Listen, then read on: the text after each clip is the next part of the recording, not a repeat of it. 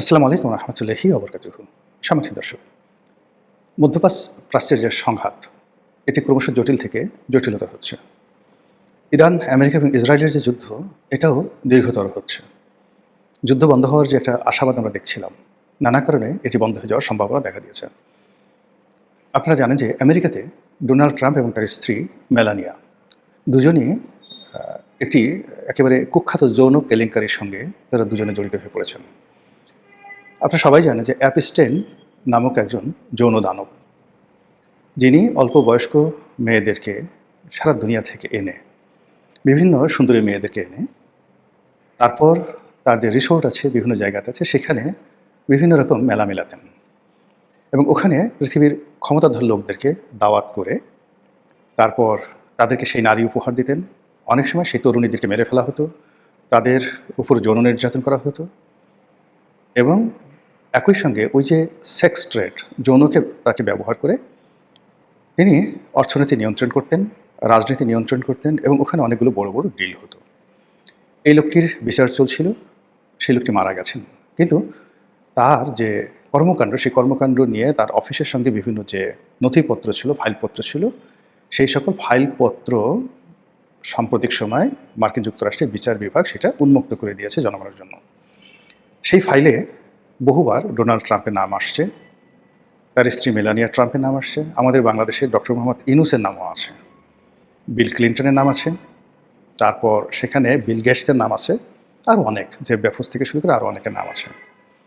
এখন মেলানিয়া এবং ট্রাম্পের সম্পর্কে যে কথাগুলো আসে সেটা হলো, মেলানিয়ার সঙ্গে মার্কিন ফার্স্ট লেডি, তার সঙ্গে অ্যাপস্টেইনের সরাসরি সম্পর্ক ছিল, সেক্সুয়াল রিলেশন ছিল।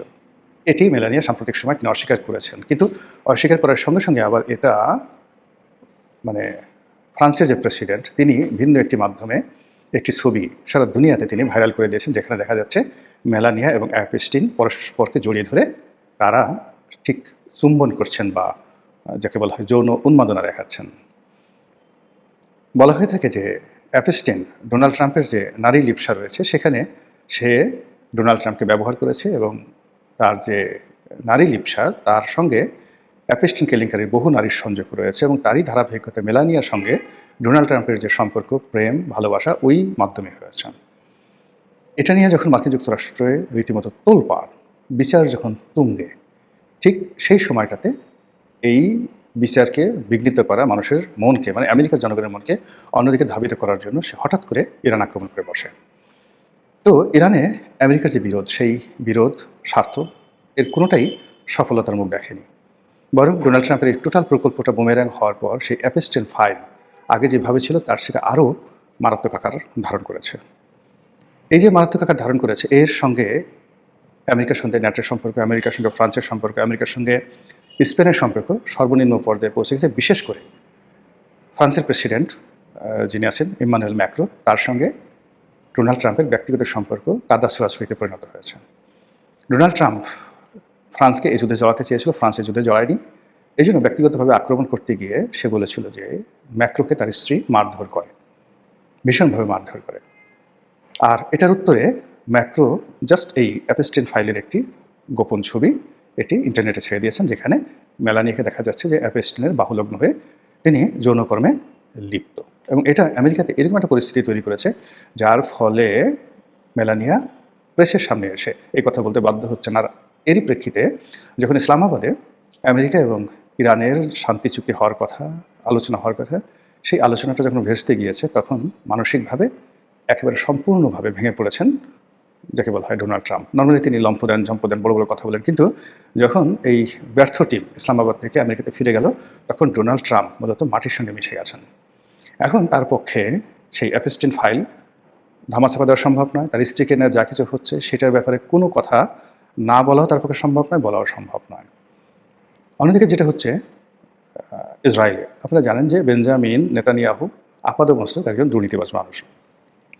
বহুদিন ধরে তার দুর্নীতির বিচার হচ্ছে। বিচার যখন শুনানির পর্যায়ে আসে, তখনই সে একবার গাজাতে আক্রমণ করে, একবার লেবাননে আক্রমণ করে, একবার হুতিদের আক্রমণ করে, একবার ইরান আক্রমণ করে। এই যাবৎকালে যে কটা যুদ্ধ হয়েছে, নেতানিয়াহু যেগুলো করেছে, প্রায় সব কিছুর মূলে তার নিজেকে সেই দুর্নীতির মামলা, যেখানে তার যাবজ্জীবন কারাদণ্ড হওয়ার সম্ভাবনা রয়েছে।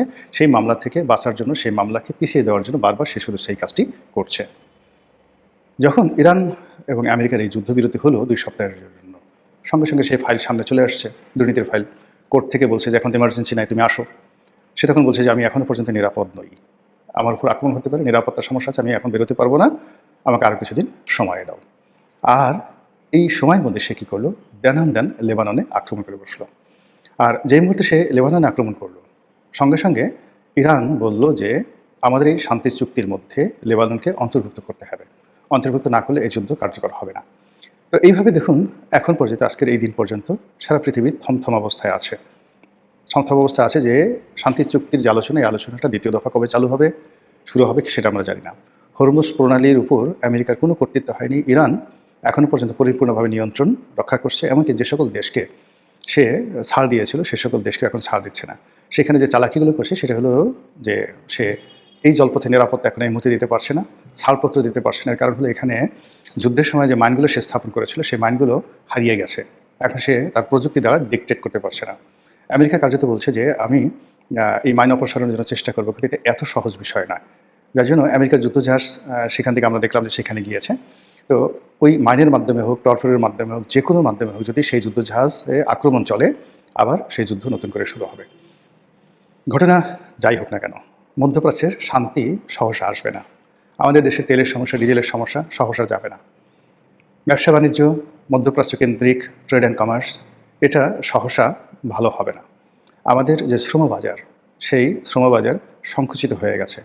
যুদ্ধ শুরু হওয়ার আগের থেকে আজ অবধি একজন নতুন শ্রমিক সেখানে যায়নি। আর ইতিমধ্যে না হলেও কয়েক লাখ মানুষ চাকরি হারিয়েছে। অনেককে সেখান থেকে আনতে হবে, ইরান থেকে, কুয়েত থেকে, তারপরে কাতার থেকে, বাহরাইন থেকে, এই সমস্ত দেশ থেকে বহু মানুষকে ফেরত আনতে হবে, অথবা বহু মানুষ ফেরত আসবে। আর ওই সকল দেশে নতুন করে কোনো কর্মসংস্থান আপাতত সৃষ্টি হচ্ছে না। ফলে মধ্যপ্রাচ্যের যে সংকট, এটি আমাদেরকে কাঁদিয়ে ছাড়বে। আমাদের রেমিটেন্স, আমাদের শ্রমবাজার, আমাদের অর্থনীতির যে স্থিতিশীলতা, আমাদের ট্রেড অ্যান্ড কমার্স, আমাদের সরকারের যে শাসন ব্যবস্থা, সব কিছু তছনছ করে দিচ্ছে। এটা কেন? অবস্থা দৃষ্টি মনে হচ্ছে এটা যেন আমাদের জন্য একটা অভিশাপ। করোনার অভিঘাত এলো, আমরা এটাকে অভিশাপ মনে করার পরেও মোকাবেলা করার জন্য প্রাণান্ত চেষ্টা করলাম, কিন্তু আমাদের অর্থনীতির যে মেরুদণ্ড, একটা বিরাট অংশ ভেঙে গেল। তারপর করোনার অভিঘাত যেতে না যেতেই ইউক্রেন যুদ্ধ এলো। ইউক্রেন যুদ্ধ এখনও চলছে, এর মধ্যে শেখ হাসিনার পতন হলো। শেখ হাসিনার পতনের পরে ইউনূস সাহেব আসলেন, তিনি বাংলাদেশটিকে একেবারে রীতিমতো একটা ডলা দিয়ে গেলেন। তার জমানাতে প্রায় ১.৫ লক্ষ কোটি টাকা আমরা নতুন করে ঋণগ্রস্ত হয়ে পড়লাম। ১.৫ লক্ষ কোটি টাকা সরকার ঋণ করলো। আর যেখানে শেখ হাসিনার জমানাতে ২ লক্ষ কোটি টাকা ছিল ব্যাংকের দেনা, মানে ব্যাংকের যেটিকে বলা হয় মন্দ ঋণ, খেলাফি ঋণ, সেটা বর্তমানে ৫.৫ লাখ কোটি টাকা। বলা হয় যে আওয়ামী লীগ জমানাতে এগুলো ধামাচাপা দিয়ে রাখা হয়েছিল, হোয়াট এভার মেবি। এখন ৫.৫ লক্ষ কোটি টাকার এই যে খেলাফি ঋণ, তার সঙ্গে ৫টি ব্যাংক, এবং সেই 5টি ব্যাংক আবার এখন আগের মালিকদের হাতে দিয়ে দেওয়া হচ্ছে, এবং এর পেছনে কত হাজার কোটি টাকার লেনদেন হয়েছে একমাত্র আল্লাহ জানে। সব মিলিয়ে অর্থনৈতিক যে অভিঘাত, ঘূর্ণিঝড় আমাদের দিকে যেভাবে এগিয়ে আসছে, একমাত্র আল্লাহ জানে এর থেকে আমরা কীভাবে রক্ষা পাবো। আসসালামু আলাইকুম রহমতুল্লাহি ওয়া বারাকাতুহু।